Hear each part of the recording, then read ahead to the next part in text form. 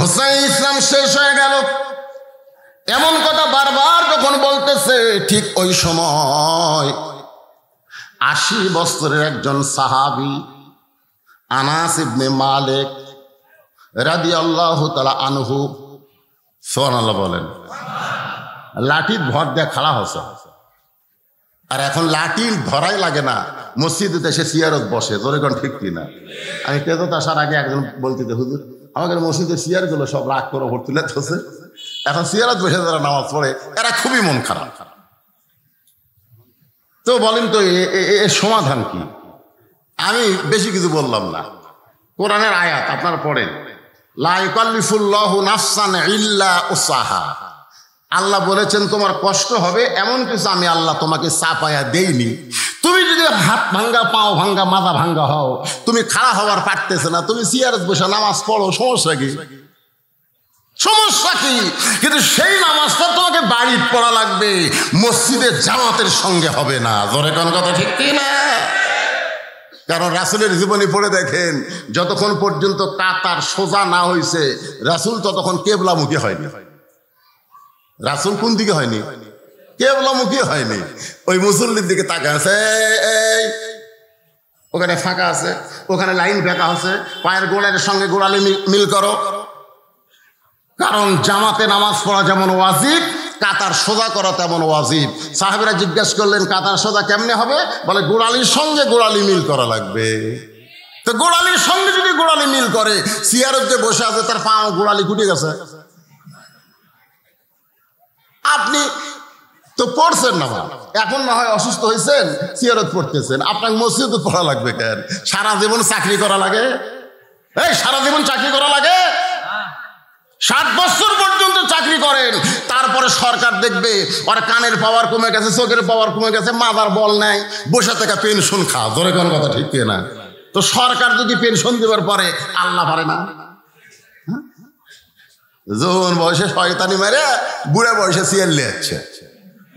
আমার এলাকার সেক্রেটারি সিয়ার বসে নামাজ পড়ে, সভাপতি ভাই ক্যারি মসজিদ সেক্রেটারি হেদুল বসে, ওর কাছে আমি খাড়াই থাকবো কেন?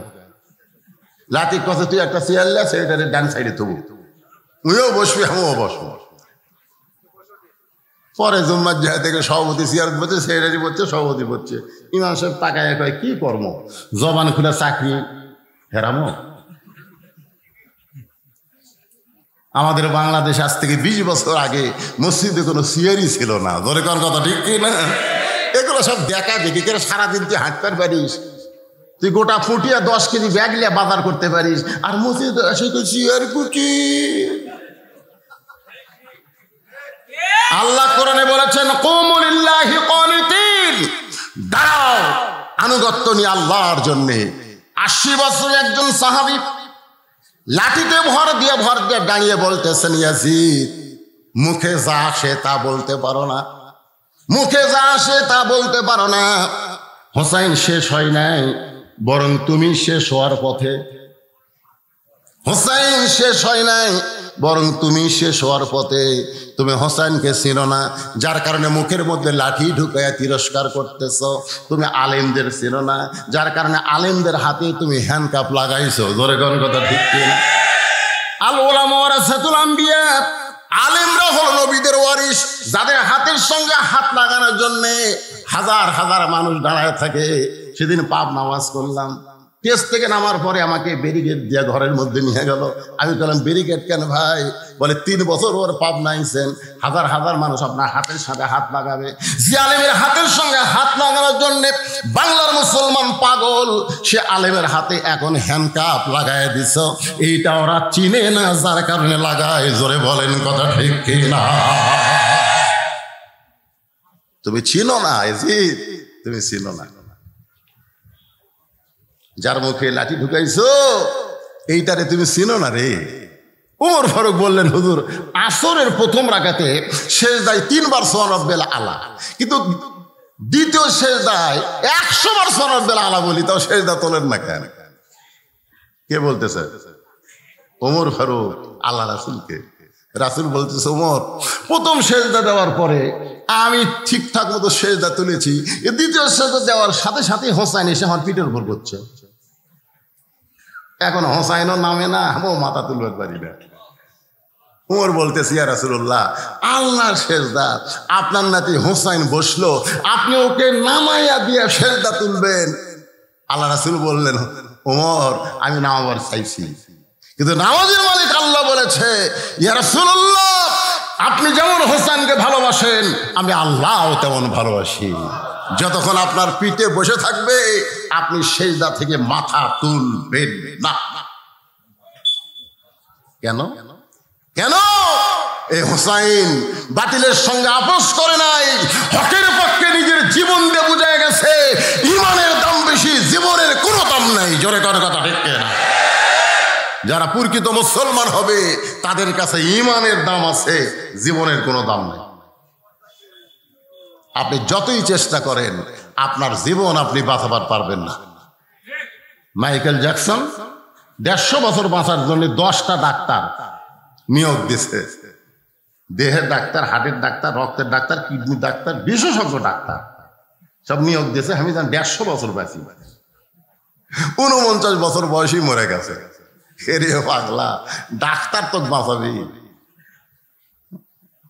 যত চেষ্টা করেন আমি আপনি বাঁচতে পারবো না, তবে একটু চেষ্টা করলে বর্তমান সময়ে আমার ইমানকে আমি বাঁচাবার পারবো। জোরে কোন কথা ঠিক কিনা? এখন আপনারা ইমান বাঁচাবেন না জীবন বাঁচাবেন? চেষ্টা করেন। আল্লাহ তাআলা কোরআনে বললেন ইমান বাঁচার উপায় কি? ইমান বাঁচার সম্পর্কে আল্লাহ বললেন, ইন্নামাল মুমিনুনা আল্লাযীনা ইযা যুকিরাল্লাহু ওয়াজিলাত কুলুবুহুম ওয়া ইযা তুলিয়াত আলাইহিম আয়াতুহু যাদাতুহুম ঈমানাও ওয়া আলা রাব্বিহিম ইয়াতাওয়াক্কালুন।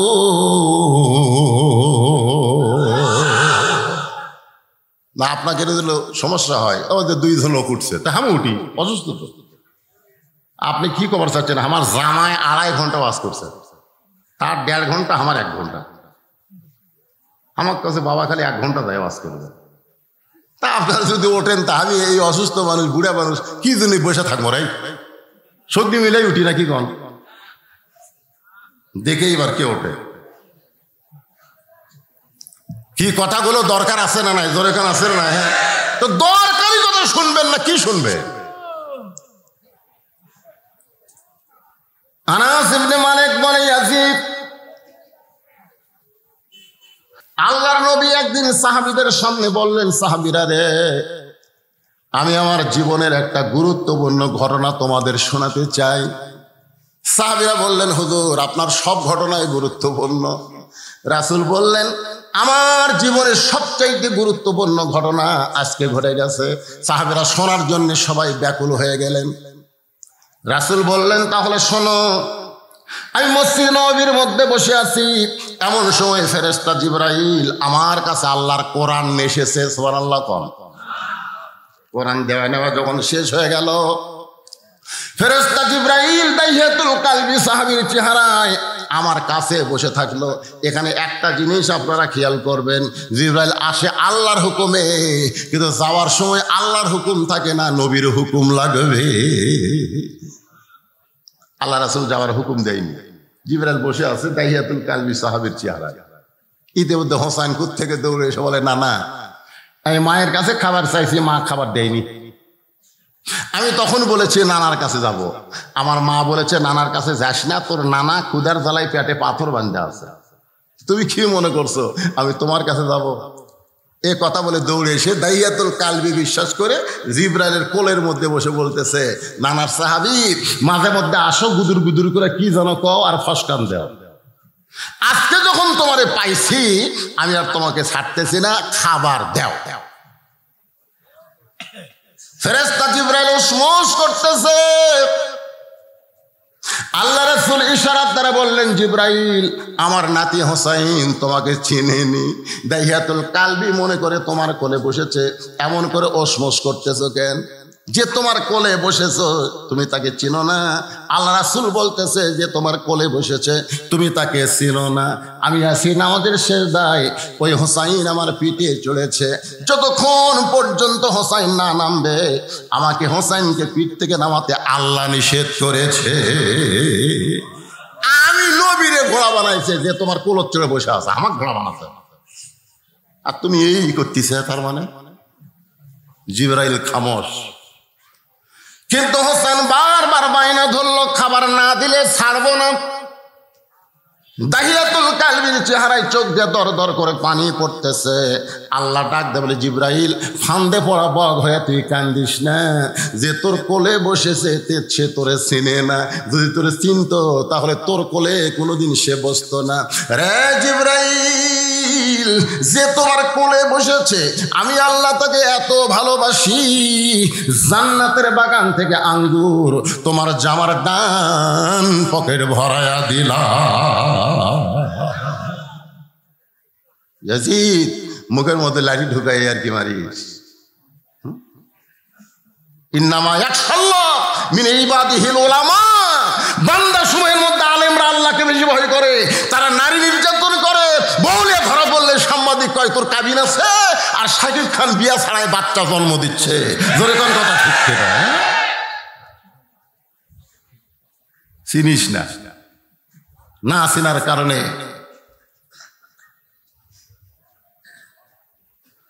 এখন পকেটের আঙ্গুর বের করে হোসেনের হাতত দিছে। হোসেন আঙ্গুর পেয়ে নানার কাছে গিয়ে বলতেছে, নানা এই বেদব জানার না আসে, এই বেদব জানার না আসে। পকেটের মধ্যে আঙ্গুর খেয়ে বসে আছে, তুমি না খাই পেটের পাথর বানছো, আর আমি খাবার চাই দেয় না। নবী চুম করছে দুই কারণে। এক নম্বর কারণ হলো জিবরাইল আঙ্গুর পেল কোথায়, আর দুই নম্বর কারণ হলো হোসাইন তাকে বেদব করছে। জোরে কোন কি করছে? আসলে কি জিবরাইল বেদব না আদব? আল্লাহ নবী ইশারা করলেন, জিবরাইল তুমি আঙ্গুর কোথায় পাইলা? জিবরাইল ইশারা করে বলে, ইয়া রাসূলুল্লাহ, আল্লাহ আপনার নাতিকে এতই ভালোবাসে, জান্নাতের বাগান থেকে আঙ্গুর আমার পকেটে আল্লাহ পাঠাইয়া দিছে। দুনিয়া থেকে জান্নাতের বাগানের আঙ্গুর খাওয়া, এটা হলো ভাগ্যের ব্যাপার। হোসেন বলে, না না, তুমি কি মনে করেছো আমি একলা খাবো? আমি আমার জীবনের চাইতেও তোমাকে বেশি ভালোবাসি। হযরত আব্দুল্লাহ ইবনে মাসউদ যখন বললেন, হোসাইন যাইও না, ইয়াজিদের সৈন্যরা তোমাকে হত্যা করবে, তুমি যাইও না। হোসেন বললেন, আমি আমার নানার ইসলামকে জীবনের চাইতে বেশি ভালোবাসি। খেলাফতকে কবর দিয়া ইয়াজিদ রাজতন্ত্র করবে, দরকার হলে জীবন দিব, কিন্তু বাতিলের সঙ্গে আপোষ করব না। আব্দুল্লাহ ইবনে ওমর বলে, হোসাইন তোমার সৈন্য নাই, তুমি পরিবারকে নিয়ে যাচ্ছ, ওরা হাজার হাজার সৈন্য দিয়ে তোমাকে হত্যা করতে পারে। হোসাইন বললেন, এই জীবন যাবেই যখন, জীবন ধরে রেখে লাভটা কি? আজকে যারা বাংলার মুসলমান অসুস্থ মানুষের সামনে বসে কথা শুনতেছেন, একটু মনোযোগ দিয়ে শোনেন। লিয়াবলুয়াকুম আইয়ুকুম আহসানু আমালা। আমি সূরা ফিল থেকে আপনাদের সামনে বলতে চাই, যে কাবা ঘর আল্লাহ রক্ষা করেছে, বাইতুল মুকাদ্দাসও আল্লাহ রক্ষা করবে। ফিলিস্তিনের মুসলমানের রক্তে যাবে, ওই রক্তের উপরে দিয়ে আল্লাহ তাআলা ইমাম মেহেদী আলাইহিস সালামকে পাঠিয়ে দিবে। ইমাম মেহেদী আসার পরে আবার কিছুদিন পর ঈসা আলাইহিস সালাম আসবে। এই পৃথিবী আবার আল্লাহ তাআলা একদিন মুসলমানের পায়ের তলে দিয়ে দিবে। তবে রক্ত দেওয়া লাগবে। ধরে কোন কথা ঠিক কিনা? আল্লাহর বান্দারা, অল্প সময়ের মধ্যে আমার গল্প শেষ করতেছে, একটু শোনেন। না না, ক্ষুধার জ্বালায় পেটে পাথর বাঁধে বসে আছো, ধরো না না, তুমি কয়েকটা আঙ্গুর নেও। নবী আমার দুইখানা হাত বাড়াইয়া দিছে, সুবহানাল্লাহ কোন। কয়েকটা আঙ্গুর দিবে, এক হাতে নেওয়া যায় কি যায় না? এ কথা কোন যায় কি যায় না? দুইখানা হাত বাড়ায় দেওয়ার কারণ কি? দুইখানা হাত বাড়ায় দেওয়ার কারণ কি? আমরা কয় হাতে মোনাজাত করি? কয় হাতে মুসাফা করি? কয় হাতে? কিছু কিছু লোক আপনার এলাকা থেকে এক হাতে মারে, এক হাতে। আমি একদিন কইলাম, কে রে ভাই এক হাতে মারিস কে রে? দুই হাতে। না হুজুর, এটা পেশাব পায়খানার হাত, ওটা আমরা ঠেকাই না, আপনার ডান আমার ডান, এই বাম হাত লয়, এক হাতে মারে। এর নাম হচ্ছে হ্যান্ডশেক, মুসাবানা। মুসাব হচ্ছে দুই হাতে। ইয়াগফিরুল্লাহু লানা ওয়া লাকুম। আপনারা বলেন তো, মোনাজাত যখন করেন তখন কয় হাত তোলেন? তখন যদি বলেন এটা পেশাব পায়খানার হাত, ওটা বাদ থাকে, এক হাতে তুলব হবে? কয়েকটা আঙ্গুর নবী এক হাতে নিবার পারতেন। আল্লাহ তাআলা কুদরতে হাত দিয়া জান্নাতের আঙ্গুর জিবরাইলের পকেটে দিছে। সেই আঙ্গুর নেওয়ার জন্য নবী দুই হাত বাড়ায় দিলেন। নবীর হাতের মধ্যে কয়েকটা আঙ্গুর দিয়ে হোসেন বলতেছে, না না, তুমি আর আমি খাবো, আর তোমার সাহাবী চায় চায় দেখবে, এটা হবে না। এইবারে কয়েকটা আঙ্গুর জিবরাইলের হাতে দিয়ে বলতেছে, তুমি আমার মুরব্বী, না না আমার মুরব্বী, তোমরা দুইজন না খাইলে আমি খাবো না। এখন নবী খাইতে জানে, জিবরাইল তো খায় না, ফেরেশতারা খায় না, খাওয়ার তরিকাও জানে না। কিন্তু হোসাইন ধরেছে বায়না, তোমরা দুইজন না খাইলে আমি কিন্তু খাবো না। অনেক সময় হয়ে গেল, নবী আঙ্গুর মুখে দিবার চায়, কিন্তু জিবরাইল খালি দেখতেছে, ও খাওয়ার তরিকাই জানে না, খাওয়ার যে একটা নিয়ম সেটাই জানে না। এক সময় হোসেন বলে, না না, তোমার সাহাবী একলা একলা আঙ্গুর খাবার চায়, আমি আর তুমি নিচে বলে রাগ করে খাচ্ছে না, দাও না না, তোমার আঙ্গুর দাও, আমার আঙ্গুর তোমার সাহাবীকে ফেরত দেব। আল্লাহ ডাক দেয়, বলে জিবরাইল, ওই হোসেনকে আমি এত ভালোবাসি, যেই ভালোবাসার কারণে তুমি ফেরেশতা জিবরাইলকে হাতের আঙ্গুর খাওয়ার শক্তি দিয়া দিলা। আনাস ইবনে মালিক বলতেছে, যেই হোসাইন জিবরাইলের কাছ থেকে আল্লাহর পক্ষ থেকে জান্নাতের আঙ্গুর দুনিয়াতে পায়, আবার দাওয়াত দিয়ে জিবরাইলকে দাহিয়াতুল কালবি সাহাবীর চেহারা এক সুরতে খাওয়ায়, সেই হোসেনের সঙ্গে বেয়াদবি করিস না। আজকে পৃথিবীর মুসলমানকে বলবো, যার যে সম্মান সেই সম্মান তাকে দিতে হবে, সেখান থেকে বেয়াদবি করলেই আল্লাহর গজব আসবে। আজকে কোরআনের সম্মান নাই, আগডম বাগডম ঘোড়াডম যাদের সম্মান হয়েছে, জোরে কোন ঠিক কিনা ভাই? আমি মাদ্রাসার হাফেজ সাহেবকে বললাম, আপনার হাদিয়া কত? খালি মুসকি মুসকি হাসে। যখন দেখলাম হাসতেছে, বলতেছে না, তখন আর জোর করে শুনবার চাইলাম না, কারণ এত অল্প হাদিয়া বলতে শরম করতেছে, বলতে শরম করতেছে। কারণ বাংলাদেশে তেলের দাম বাড়ছে, চালের দাম বাড়ছে, সব দাম বাইরে গেছে, কিন্তু আল্লাহর কোরআনের শিক্ষা যারা দেয়, খায়রুকুম মান তাআল্লামাল কোরআনা ওয়া আল্লামা, তাদের দাম বাড়ে না। কথা কন না কেন? হক কথা বলেন না কেন? বাড়ছে? কি নির্যাতন, কি নির্যাতন! একই বাজারে প্রাইমারি মাস্টারও যায়, হুজুরও যায়, এর বেতন হলো 9,000, আর বেতন হলো 50,000। হুজুর যায় সিলভারের দিকে যায়, প্রাইমারি মাস্টার কয় আলিফ বা তাসা পড়া, জালিকাল কিতাবুল আরাইব হুদাল্লিল মুত্তাকিন পড়া, সিলভার খা। আইরে আই টিয়ে নায় ভরা দিয়ে নালে গেল বোয়াল বাসে, তাই না? দেখো ভোদন না, আমি ইলিশ খাবো রে। কি নির্যাতন মুসলমানের দেশে! খালি ফিলিস্তিনে মুসলমানকে নির্যাতন করা হচ্ছে না, আজকে বাংলাদেশে যারা কোরআনের দল, কোরআনের পক্ষে কোরআনের শিক্ষা দেয়, তাদের উপরে নানা ধরনের নির্যাতন চলতেছে। জোরে কোনো কথা ঠিক কিনা ভাইজান? আপনাদের মতন কিছু আল্লাহওয়ালা, কিছু ভালো মানুষ আছে বলে আজও মাদ্রাসাগুলো চলতেছে।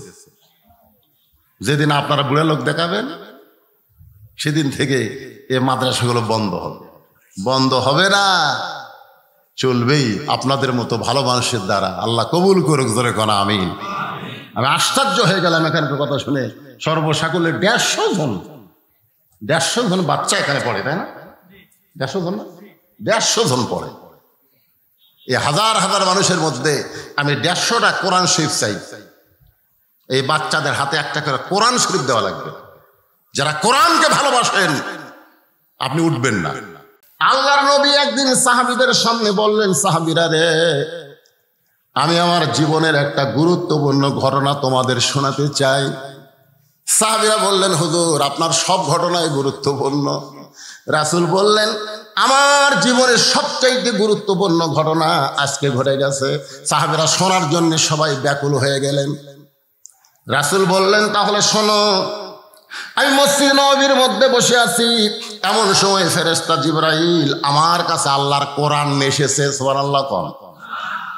কোরআন দেওয়া নেওয়া যখন শেষ হয়ে গেল, ফেরেশতা জিবরাইল দাইহাতুল কালবি সাহাবীর চেহারায় আমার কাছে বসে থাকলো। এখানে একটা জিনিস আপনারা খেয়াল করবেন, জিবরাইল আসে আল্লাহর হুকুমে, কিন্তু যাওয়ার সময় আল্লাহর হুকুম থাকে না, নবীর হুকুম লাগবে। আল্লাহ রাসূল যাওয়ার হুকুম দেয়নি, জিবরাইল বসে আছে দাইহাতুল কালবি সাহাবীর চেহারায়। ইতিমধ্যে হোসাইন কোথা থেকে দৌড়ে এসে বলে, না না, আমি মায়ের কাছে খাবার চাইছি, মা খাবার দেয়নি। আমি তখন বলেছি নানার কাছে যাব। আমার মা বলেছে, নানার কাছে যাস না, তোর নানা ক্ষুধার জ্বালায় পেটে পাথর বাঁধা আছে। তুমি কি মনে করছো আমি তোমার কাছে যাব? এ কথা বলে দৌড়ে এসে দাইয়াতুল কালবি বিশ্বাস করে জিবরাইলের কোলের মধ্যে বসে বলতেছে, নানার সাহাবী, মাঝে মধ্যে আসো, গুদুর গুদুর করে কি যেন কও আর ফসকান দেও। আজকে যখন তোমারে পাইছি আমি আর তোমাকে ছাড়তেছি না, খাবার দেও। ফেরেশতা জিবরাইল উসমস করতেছে। আল্লাহ রাসূল ইশারাত দ্বারা বললেন, জিবরাইল, আমার নাতি হোসাইন তোমাকে চিনেনি। দাইহাতুল কালবি মনে করে তোমার কোলে বসেছে, এমন করে উসমস করতেছো কেন? যে তোমার কোলে বসেছো তুমি তাকে চিনো না? আল্লাহ রাসূল বলতেছে, যে তোমার কোলে বসেছে তুমি তাকে চিনো না। আমি আছি নামাজের সেজদায়, ওই হোসাইন আমার পিঠে চড়েছে। যতক্ষণ পর্যন্ত হোসাইন না নামবে, আমাকে হোসাইনকে পিঠ থেকে নামাতে আল্লাহ নিষেধ করেছে। আমি নবীরে ঘোড়া বানাইছে, যে তোমার কোলত চড়ে বসে আছে আমার ঘোড়া বানাতে, আর তুমি এই করতেছে। তার মানে জিবরাইল খামোশ। কিন্তু হোসেন বারবার বায়না ধরলো, খাবার না দিলে ছাড়বো না। দাহিয়াতুল কালবির চেহারায় চোখ দিয়ে দর দর করে পানি পড়তেছে।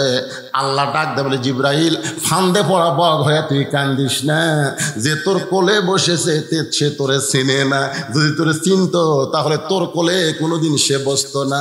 রে জিবরাইল, যে তোমার কোলে বসেছে আমি আল্লাহ তাকে এত ভালোবাসি, জান্নাতের বাগান থেকে আঙ্গুর তোমার জামার ডান পকেট ভরায়া দিলাম। ইয়াজিদ, মুখের মধ্যে লাঠি ঢুকাই আর কি মারিস? ইন্নামা ইয়াখশাল্লাহ মিন ইবাদিহিল উলামা। বান্দা সময়ের মধ্যে আলেমরা আল্লাহকে বেশি ভয় করে। তারা নারী নির্যাতন করে, বউলে ধরা পড়লে সাংবাদিক কয় তোর কাবিন আছে, আর শাকিব খান বিয়া ছাড়াই বাচ্চা জন্ম দিচ্ছে। জোরে কোন কথা ঠিক কিনা? চিনিস না, না চিনার কারণে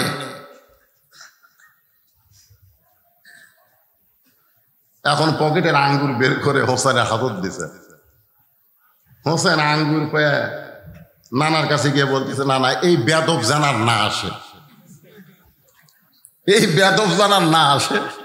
পকেটের মধ্যে আঙ্গুর খেয়ে বসে আছে, তুমি না খাই পেটের পাথর বানছো, আর আমি খাবার চাই দেয় না।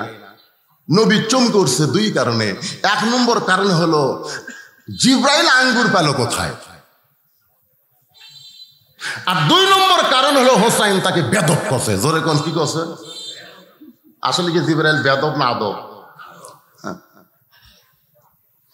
আল্লাহ নবী ইশারা করলেন, জিবরাইল তুমি আঙ্গুর কোথায় পাইলা? জিবরাইল ইশারা করে বলে, ইয়া রাসূলুল্লাহ, আল্লাহ আপনার নাতিকে এতই ভালোবাসে, জান্নাতের বাগান থেকে আঙ্গুর আমার পকেটে আল্লাহ পাঠাইয়া দিছে।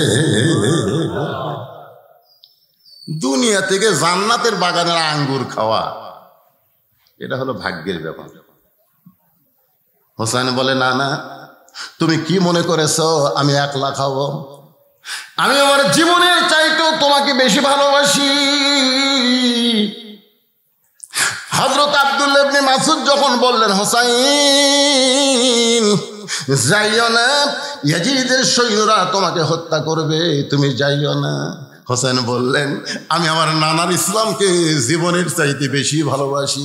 খেলাফতকে কবর দিয়া ইয়াজিদ রাজতন্ত্র করবে, দরকার হলে জীবন দিব, কিন্তু বাতিলের সঙ্গে আপোষ করব না। আব্দুল্লাহ ইবনে ওমর বলে, হোসাইন তোমার সৈন্য নাই, তুমি পরিবারকে নিয়ে যাচ্ছ, ওরা হাজার হাজার সৈন্য দিয়ে তোমাকে হত্যা করতে পারে। হোসাইন বললেন, এই জীবন যাবেই যখন, জীবন ধরে রেখে লাভটা কি? আজকে যারা বাংলার মুসলমান অসুস্থ মানুষের সামনে বসে কথা শুনতেছেন, একটু মনোযোগ দিয়ে শোনেন। লিয়াবলুয়াকুম আইয়ুকুম আহসানু আমালা। আমি সূরা ফি থেকে আপনাদের সামনে বলতে চাই, যে কাবা ঘর আল্লাহ রক্ষা করেছে, বাইতুল মুকাদ্দাসও আল্লাহ রক্ষা করবে। ফিলিস্তিনের মুসলমানের রক্তে যাবে, ওই রক্তের উপরে দিয়ে আল্লাহ তাআলা ইমাম মেহেদী আলাইহিস সালামকে পাঠিয়ে দিবে। ইমাম মেহেদী আসার পরে আবার কিছুদিন পর ঈসা আলাইহিস সালাম আসবে। এই পৃথিবী আবার আল্লাহ তাআলা একদিন মুসলমানের পায়ের তলে দিয়ে দিবে। তবে রক্ত দেওয়া লাগবে, ধরে কোন কথা ঠিক কিনা? আল্লাহর বান্দারা, অল্প সময়ের মধ্যে আমার গল্প শেষ করতেছে, একটু শোনেন। না না, ক্ষুধার জ্বালায় পেটে পাথর বাঁধে বসে আছো, ধরো না না তুমি কয়েকটা আঙ্গুর নেও। নবী আমার দুইখানা হাত বাড়ায় দিছে, সুবহানাল্লাহ কোন। কয়েকটা আঙ্গুর দিবে, এক হাতে নেওয়া যায় কি যায় না? এ কথা কোন যায় কি যায় না? দুইখানা হাত বাড়ায় দেওয়ার কারণ কি? দুইখানা হাত বাড়ায় দেওয়ার কারণ কি? আমরা কয় হাতে মোনাজাত করি? কয় হাতে মুসাফা করি? কয় হাতে? কিছু কিছু লোক আপনার এলাকার থেকে এক হাতে মারে, এক হাতে। আমি একদিন কইলাম, কে রে ভাই এক হাতে মারিস কে রে? দুই হাতে। না হুজুর, এটা পেশাব পায়খানার হাত, ওটা আমরা ঠেকাই না। আপনার ডান আমার ডান, এই বাম হাত লাগ এক হাতে মারে। এর নাম হচ্ছে হ্যান্ডশেক, মুসাফা না। মুসাফা হচ্ছে দুই হাতে। ইয়াগফিরুল্লাহু লানা ওয়া লাকুম।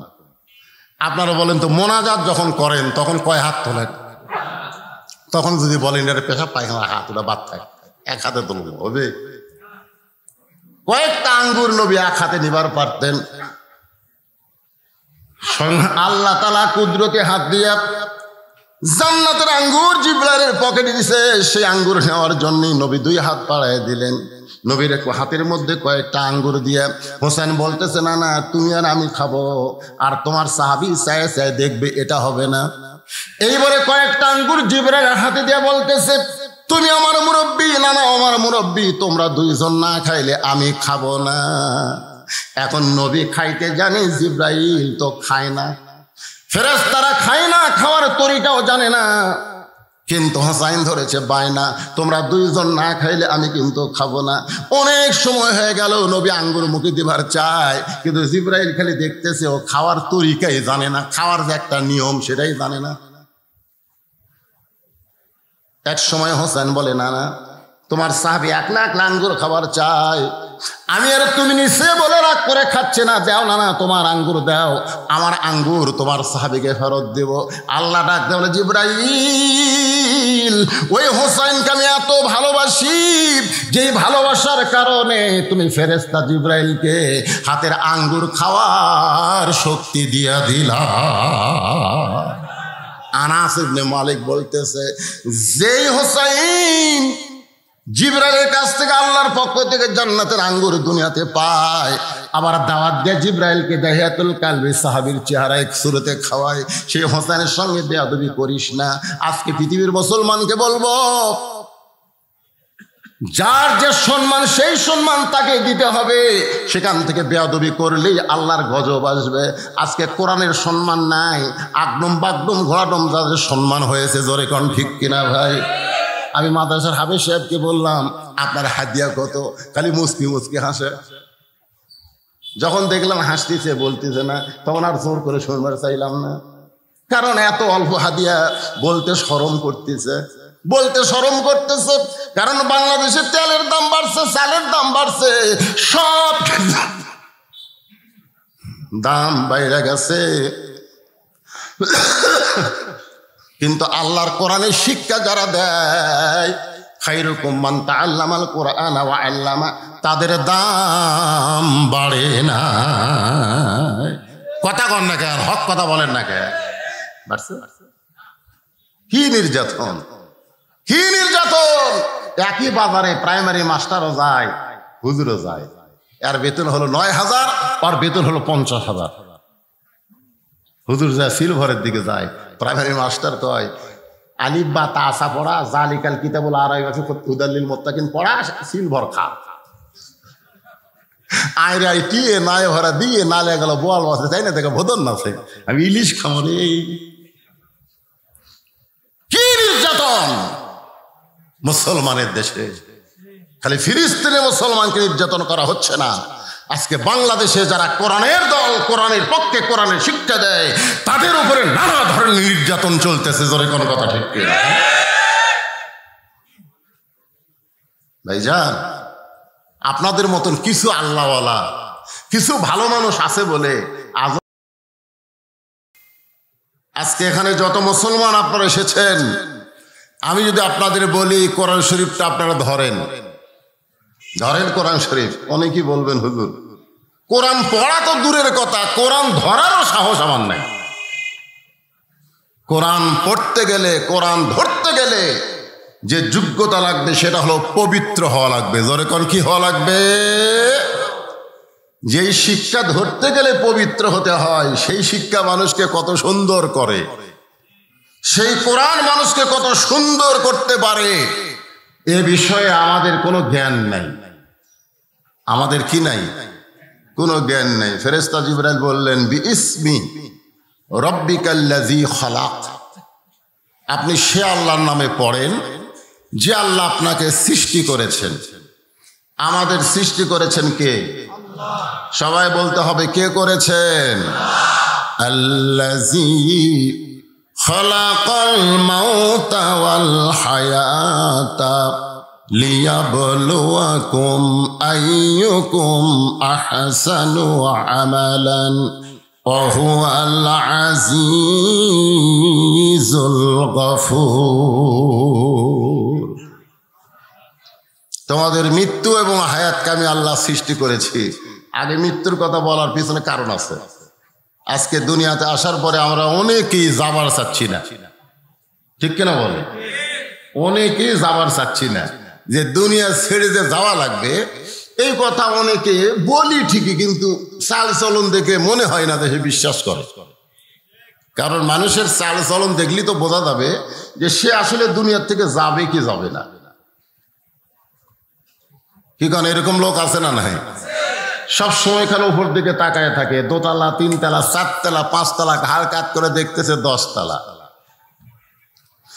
অথচ ওই লোকটার সম্পর্কে আল্লাহ বললেন আল্লাযী খালাকাল মাউতা ওয়াল হায়াতা, তোমাদের মৃত্যু এবং হায়াতকে আমি আল্লাহ সৃষ্টি করেছি লিয়াবলুয়াকুম, পরীক্ষা করার জন্যে। কারণ যে কোনো সময় তোমাদেরকে ডাক দেওয়া হবে, যে কোনো সময়। এখানে যারা আপনারা বসে আছেন, বিশ্বাস করেন আজকে অসুস্থ শরীর নিয়ে বলতেছি, আমার মনটা অসুস্থ, এবং অসুস্থ শরীর নিয়ে বলতেছি, যারা মাগরিব এশার নামাজ পড়েননি, ওয়াজ শুনতেছেন, আজকের পরীক্ষায় কিন্তু আপনারা ফেল করছেন। আল্লাহ কিন্তু বলতেছেন তোমাদেরকে পরীক্ষা করা হবে। কিসের পরীক্ষা? আইয়ুকুম আহসানু আমালা, সুন্দর আমলের পরীক্ষা। তাহলে মাগরিব আর এশার নামাজ সূর্য অস্ত যাওয়ার পরে আমাদের কাছে ছিল কি ছিল না? কিন্তু যারা আদায় করিনি, মনে করেন তারা যদি ফজরের নামাজের আগে মারা যান, মারা তো যাওয়া লাগবে কি লাগবে না? তাহলে কত লক্ষ মানুষ জানাজা করলে আপনি জান্নাতে যাবেন? একজন মানুষ বললেন, আপনারা কথা বললেন না। কারণ আল্লাহ রাসূল বলেছেন লা সালাতা লা ঈমানা, যার নামাজ নাই তার ঈমান নাই। লা সালাতা লা দীনা, নামাজ যার নাই তার ধর্মও নাই। বাইনাল আবদি ওয়াল কুফরি তরকুস সালাত, বান্দার কাফেরের মধ্যে পৃথক করার জিনিসটার নামই হলো নামাজ। আমার জামাই তওবার উপরে ওয়াজ করলেন, তওবা মানে ফিরে আসো। জোরে কোন ঠিক কিনা? আল্লাহ তাআলা মাফ করবেন। যদি আজকে আপনারা বলতে পারেন যে হুজুর এতদিন আমরা নামাজ পড়িনি, সামনে ফজর থেকে বাকি জীবনে আমরা আর নামাজ ছাড়বো না, এ কথা বলার সাথে সাথে অতীত জীবনে যত নামাজ না পড়ার পাপ আল্লাহ মাফ করে দিবে। কিন্তু আল্লাহর কাছে তো বলা লাগবে। অনেক যুবকেরা নামাজ পড়ে না, 4G 5G মোবাইল নিয়ে আড্ডা গুলি মারতেছে, দরজা জানলা বন্ধ করে অশ্লীল খারাপ কিছু তারা দেখতেছে। ওই যুবকেরা মনে করতেছে দরজা জানলা বন্ধ, কেউ দেখতেছে না নাকি? কিন্তু একটা ইমান যদি হয়, কেউ না দেখলেও কে দেখে? আর লেখে কে? লেখে। হ্যাঁ, তুমি দরজা জানলা বন্ধ করলো, তোমার সঙ্গে 2 জন ফেরেশতা আছে, যেরকম আছে না নাই? আমাদের বাংলাদেশে বহু অন্যায় হয়েছে, দিনের কাম রাতে হয়েছে, দরজা জানলা বন্ধ করে কাম হয়েছে, সকালবেলা গল্প করেছে, কেউ দেখেনি।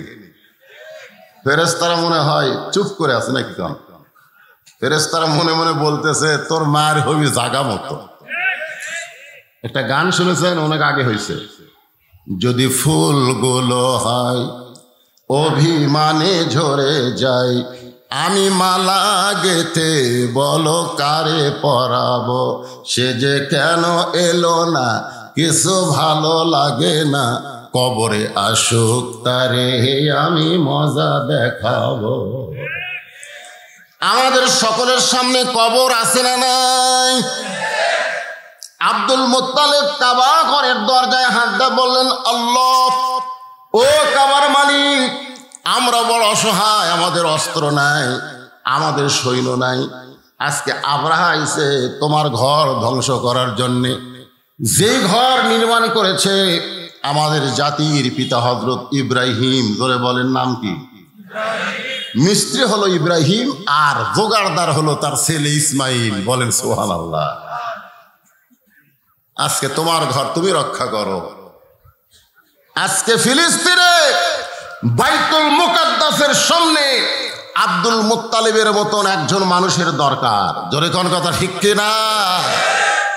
আজকে আমরা অসহায়। ফিলিস্তিনের শিশু বাচ্চাদেরকে হত্যা করতেছে, বিশাল সৌদি আরব জবান বন্ধ, ঠিক কিনা বলে? গোটা বিশ্বের মুসলমানের মডেল হচ্ছে সৌদি আরব। বাইতুল মুকাদ্দাসকে ইহুদিরা দখল নিচ্ছে আর ওরা জবান বন্ধ।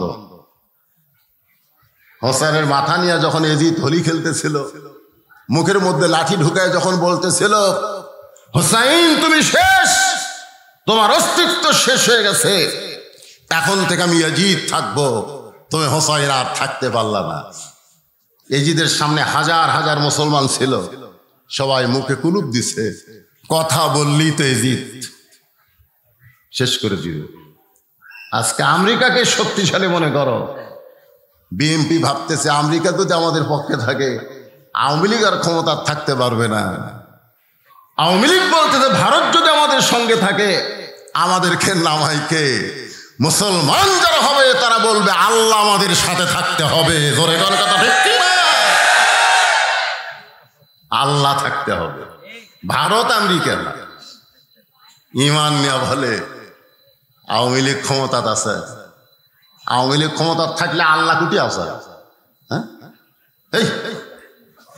কেউ যদি বলে অমুক দল ক্ষমতায় আছে, বলা মাত্রই কাফের হয়ে যাবে, কারণ কোন দল ক্ষমতায় নাই, ক্ষমতার মালিক হচ্ছে আমার আল্লাহ।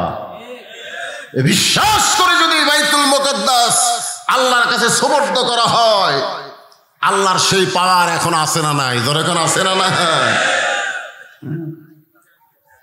আজকে আমরা মুসলমান কোরআনের আলোচনা শোনার জন্য এসেছি।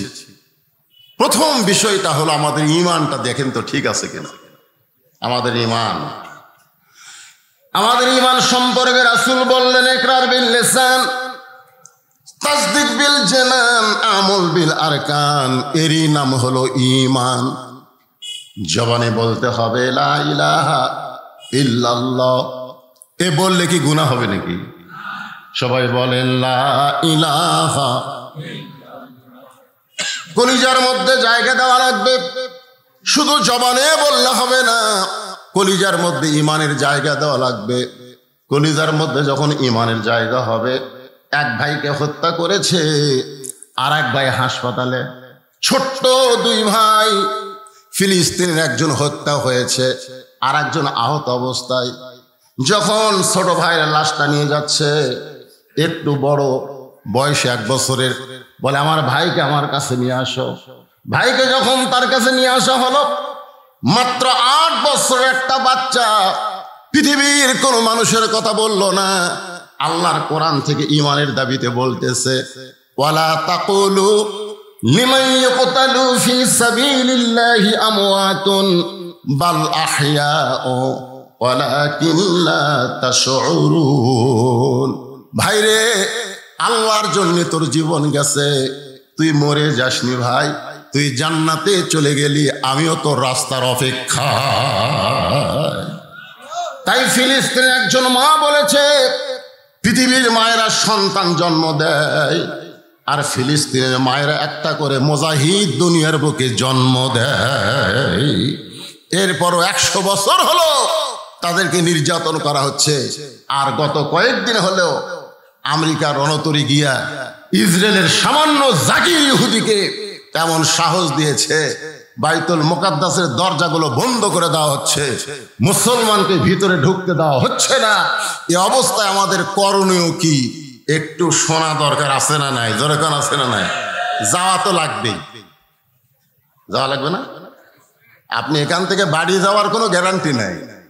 বাড়ির থেকে এসেছেন, বন্ধুদের ওয়াজ শোনার পরে বাড়ি যাব, কোনো গ্যারান্টি নেই, কোনো গ্যারান্টি নাই। একই থানায় আমরা 2 ভাই ওয়াজ করতেছিলাম, একই থানায় বেলকুচি। তো কাউসারি সাহেব আমাকে ওয়াজের হয়ে মারতেছে, ফিরে বসে কর। এক মা আমাকে বলে, হুজুর একটু দোয়া করেন তো, আমার ছেলে কিন্তু বসে থাকে, পেশাব করে না, যখনই করে খাড়া হয়ে মারে। তা আমি মাকে বললাম, সত্যি করে বলেন তো, আপনার এই ছেলে কি অ্যানালগ না ডিজিটাল? তো মা বলতেছে, হুজুর অ্যানালগ ডিজিটাল তো বুঝলাম না। আমি বললাম, নর্মালে হয়েছে না সিজার করে?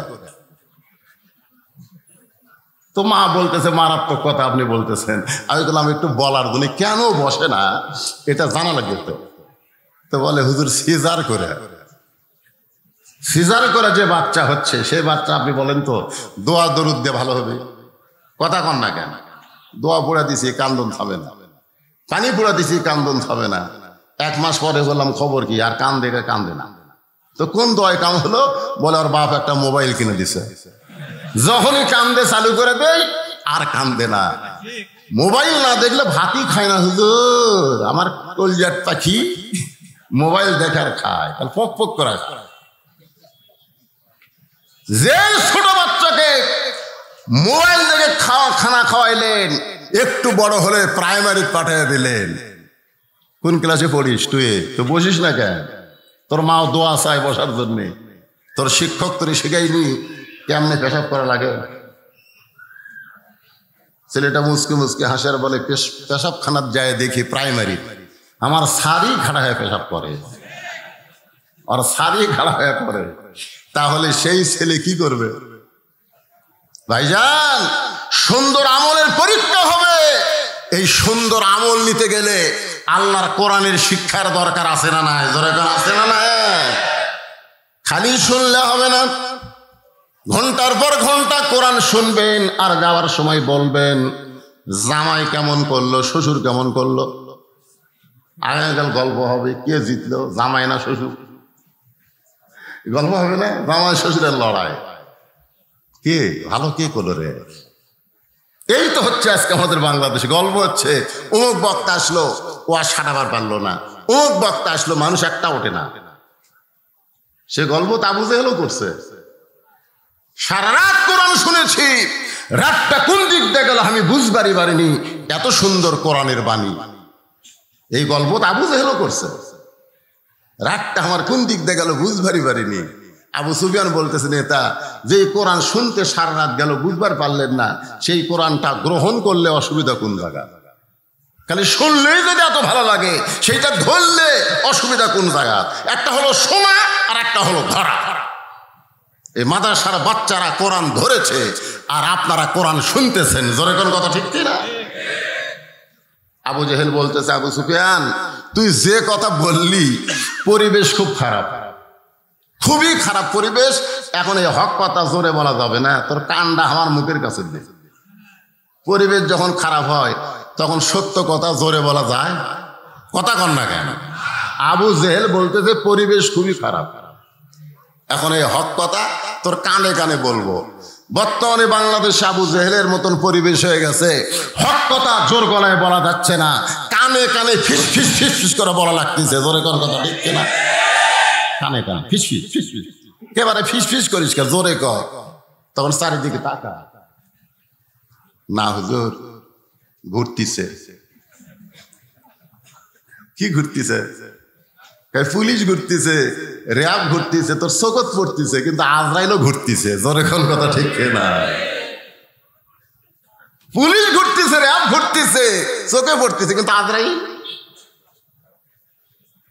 তুমি পুলিশ দেখলে একদিকে দৌড় মারবা, পুলিশ পরে বললো ধরা গেল না রে, ধরা গেল না, কিন্তু যেদিন আজরাইল আসবে দৌড়ায় লাভ হবে না। জোরে কোন কথা ঠিক কিনা?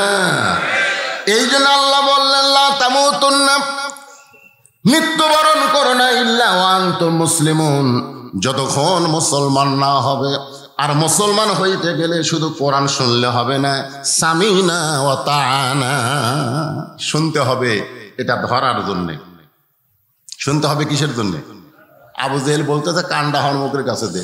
কানটা যে মুখের কাছে দিছে ফিসফিস করে বলতেছে এই কোরআনকে যদি গ্রহণ করি, এই কথাটা কিন্তু খুবই গুরুত্বপূর্ণ, এই কোরআনকে যদি গ্রহণ করি তাহলে আমার মতন ভুয়া নেতা চলবি না। আজকে বাংলাদেশে কোরআনকে যদি গ্রহণ করি, আবু জেহেলের মতন ভুয়া নেতাকে খাওয়া নাই। জোরে কোন কথা ঠিক কি না? আসল নেতা হয়ে যাবে আব্দুল্লাহ ইতিম পোলা, আসল নেতা হবে আলেম ওলামা। আজকে মসজিদের মধ্যে আলেমরা নেতৃত্ব দিচ্ছে, কিন্তু সমাজের মধ্যে জালেমরা নেতৃত্ব দিচ্ছে। জোরে কোন কথা ঠিক কি না? সামান্য জায়গা হুজুরক দিচ্ছে, হুজুর আপনি ওরই মধ্যে যা ইচ্ছা তাই করেন। এখন হুজুরেরও খুব মশান, মসজিদে ঢুকে দেখে এমপি ঢুকছে, উপজেলা চেয়ারম্যান ঢুকছে, হুজুর বলতেছে যতই মশান মার, একদম আমার পাশে মারা লাগবে। জোরে কোন কথা ঠিক করে? একটা মুসল্লি বললো না এমপি সাহেব আপনি আমাকে নেতা, আপনি সামনে যান, একটাও হলো না। সবাই বলছে যে হুজুর সময় হয়েছে, আপনি সামনে যান। হুজুর সামনে যায় আর মনে মনে কয় বাংলাদেশের মুসলমান শুধু মসজিদ আল্লাহকে দিছে বলে আমাদের মতো আলেমরা এখনো মসজিদ দখলে রাখছে। যেদিন মসজিদের মতন গোটা বাংলাদেশ আল্লাহকে দিবে, সেদিন গোটা বাংলাদেশ আলেম ওলামার দখলে যাবে। জোরে কোন কথা ঠিক কি না? সবাই বলতেছে মসজিদ আল্লাহর ঘর, নিজের চোখে দেখা, আমি নিজে দেখছি। 3 জন মুসল্লি বারবার ঘড়ি দেখতেছে, নামাজের সময় হয়েছে, হুজুর নেই। আমি ঢুকবার চাই দেখি ওরা খালি হুজুর খুঁজতেছে, আমি ঢুকলি তোমাকে সামনে দিবি। আমি চিন্তা করলাম একটু পরে ঢুকি, এদের অবস্থা কি হয়। জানলার ফাঁকটা দেখতেছে আমার এলাকারই তো একজন আওয়ামী লীগ, একজন বিএনপি আর একটা জামাত ইসলাম। ঘড়ি দেখে বলতেছে ভাই 2-4 মিনিট পার হয়ে গেল রে, হুজুর তো একটা আসলো না। জামাত ইসলাম নরম হয়ে বলতেছে আপনার দল ক্ষমতাটা আছে, আপনি সামনে যান। আওয়ামী লীগ বলতেছে ভাই মাঝে মধ্যে পড়ি রে, পড়াবার পারি না। বিএনপি তোর খবর কি? আকামত আছে, ইমামতি নেই। জামাতকে আমি সবই পারি, অলরাউন্ডার। এখন কি করবি, আমি সামনে যাবো? আওয়ামী লীগ বলতেছে তুই জামাত, আমি আওয়ামী লীগ, ওই বিএনপি। ওটা হলো বাইরের কথা, ভিতরের কথা। আমরা 3 ভাই একসঙ্গে জামাত করতে চাই। ইসলামের ভিতরে আসেন, কোরআনের ভিতরে আসেন। উদখুলু ফিস সিলমি কাফা। সুন্দর আমল কারে কয়? নিজের চোখে দেখতে পাবেন। জোরে কোন কথা ঠিক কি না? আজকে গোটা বিশ্বের মুসলমানেরা নানা দলে, যার কারণে ইহুদিরা মশান মারতেছে। আপনারা বলেন তো বাংলাদেশে যত মুসলমান গোটা পৃথিবী মিলে তত ইহুদি নাই। বাংলাদেশে যত মুসলমান গোটা পৃথিবী মিলে তত ইহুদি নাই, অথচ সেই ইহুদিরা মশান মারতেছে কেন? ওরা খোঁজ করে দেখছে। আমি একটা বাস্তব কথা বলি, আপনার কি বিরক্ত হচ্ছেন? ওটা বসা করা চলবে না, মনোযোগ দিয়ে শোনেন। এটা হলো চাঁদপুর জেলা। জেলার নাম কি? চাঁদপুর, নাম শুনছেন? থানার নাম হলো ফরিদগঞ্জ। থানার নাম কি? ফরিদগঞ্জ। এই কিছুদিন আগের খবর, আপনারা হয়তো ফেসবুকে দেখছেন। ও একটা ইমাম সাহেব, খতিব সাহেব জুমার দিনে ফতুয়া দিছে। ফতুয়াটা হলো গরিব ইমামের পিছনে ইক্তেদা করা মাকরুহ। কি ফতুয়া দিছে? গরিব ইমামের পাশে ইক্তেদা করা মাকরুহ। তো এখন আপনারা বলেন তো, বাংলাদেশে যারা ইমামতি করে তারা ধনী না গরিব? এখনই ফতুয়া দিছে কি? মাকরুহ, তাও হারাম কয়নি। পরের জুম্মায় ফতুয়া দিছে ইমামতি করে হাদিয়া নেওয়া জায়েজ নাই। প্রথম জুম্মা ফতুয়া দিছে মাকরুহ, পরে জুম্মা দিছে হাদিয়া নেওয়া জায়েজ নাই। সব মুসল্লি খুশি যে একবার একটা ইমাম পাচ্ছি রে, টাকা লাগে না। কিন্তু ফরিদগঞ্জ থানার সমস্ত ইমামের আশ্চর্য হয়ে গেল যে হামাকের গ্রুপের লোক এইরকম ফতুয়া দেয়। কিন্তু হামাকের গ্রুপ মাকরুহ দিল, হাদিয়া নেওয়া জায়েজ নাই। তো র্যাবের অফিসে যা কমপ্লেন করছে, ওই ইমাম ব্যাপারে আমাকে সন্দেহ হয়, কারণ আমাদের গ্রুপ হয়ে এরকম ফতুয়া দিল। তো সমস্ত ইমামের কথা মতো র্যাব অফিসে ওই ইমামকে যাই ফতুয়া মারছে তলব করছে। তলব করে বলতেছে তুমি কে বা আপনি কে? যেই কইছে আপনি কে, চুমকে উঠছে। কি করে উঠছে? চুমকে উঠছে। র্যাবের মেজরের সন্দেহ যে কে রে, আপনি কে বলতে চুমকে উঠছে, তাহলে এর মধ্যে তো সমস্যা আছে। যেরকম আছে না নাই, কথা কর না গে। আমরা কোরআন হাদিসের কথা বললি একদল চুম ঘটে, চুম ঘটে, এরকম ঘটে না? তো আমাকে বিরুদ্ধে লাগলো। যেই চমকা উঠছে তখন র্যাবের মেয়েদের সন্দেহ আছে যে এখানে হবে না, অন্দর মহলে নিয়ে যা। অন্দর মহলে নিয়ে যা বলতেছে আপনি আসলে কে, পরিচয় দেন। এখন বলতেছে আমি আসলে মুসলমান না, আমি আসলে মুসলমান না। আমি চিটাগাঙে গোপন একটা মাদ্রাসায় 2 বছর লেখাপড়া করছি, করে হুজুর সাজিয়েছি। হুজুর সাজিয়েছি। কি সাজিয়েছে? হুজুর সাজিয়েছি। তুমি আসলে কে? আমি খ্রিস্টান। তো খ্রিস্টান হয়ে তুমি হুজুর সাজলা কেন? হুজুর সাজার কারণ হলো মুসলমান আসলে কারা, এইটা আমরা খ্রিস্টানেরা বুঝবার পারতেছি না। পাইকারি হারে সব মুসলমানের বিরুদ্ধে লাগা তো কোনো দরকার নাই, আসল মুসলমানের বিরুদ্ধে লাগা লাগবে। কিন্তু আমরা বাহির থেকে এটা বুঝবার পারতেছি না। এই জন্য হুজুর হয়ে ভিতরে ঢুকে আমরা দেখতে চাই আসল মুসলমান কারা। এখন র্যাবের মেজর বলতেছে আসল মুসলমান তুমি পাইছো? বলে দীর্ঘদিন শুধু আমি না, আরো 24 জন আছে বাংলাদেশে, তারাই ভিতরে ঢুকে দেখতেছে 3 ধরনের মুসলমান গোটা পৃথিবীতে। এখন কয় ধরনের? 1 ধরনের মুসলমান আমরাও যা, এরাও তাই। খালি জুম্মা নামাজের শেষে আসে আগে যায়, 5 ওয়াক্ত নামাজের ধার ধারে না, ঈদের নামাজ পড়বার যায় খালি জ্ঞানজাম বাজায়। আসলে ওরা যা, আমরাও তাই। এই ধরনের মুসলমানের বিরুদ্ধে আমরা কোনোদিনও লাগবো না। এরা তো আমাদের অর্থনীতি, আমাদের সমাজনীতি, আমাদের রাজনীতি, আমরা যে আইন দিছি সে আইন মোতাবেক এরা চলে। আল্লাহর কোরআন আইন এরা বুঝেই না। সুদ ভিত্তিক অর্থনীতি চলতেছে, যাকাত ভিত্তিক অর্থনীতি এরা বুঝেই না। ওরা তো মূলত আমাকেরই লোক। ওই মুসলমানের বিরুদ্ধে আমরা লাগবো না কিয়ামত পর্যন্ত। ওরা আমাকে ভাই, খ্রিস্টান বলতেছে ওরা আমাকে ভাই। এই যারা জুম্মা পার্টি 5 ওয়াক্ত পড়ো না, এরা কার ভাই? জোরে কার, কার ভাই? তো বলতেছে গেল 1 নম্বর। 2 নম্বর মুসলমান বলে 2 নম্বর মুসলমান আছে এরা খালি মসজিদ আল্লাহ দিছে, আর গোটা পৃথিবী আমাকে দিয়া থাকছে। এই যে দেখতেছেন হুজুর, এই পুকুর ওটা আমার, ওই সাইডে যা দেখতেছেন জমা জমি সব আমার, ওই সাইডে আমার ভাই চাচা কেটে। তো সবই যদি তোমাকে হয় আল্লাহর, হচ্ছে আল্লাহটা দেখতে গেলে 2 মিনিট হাঁটা লাগবে। আল্লাহটা দেখতে গেলে 2 মিনিট হাঁটা লাগবে। 2 মিনিট হাঁটার পরে মসজিদের কাছে গিয়ে বলতেছে হুজুর এখানে আল্লাহর কিছুই ছিল না, আমার চাচা দয়া করে 10 শতক আল্লাহ দান করছে,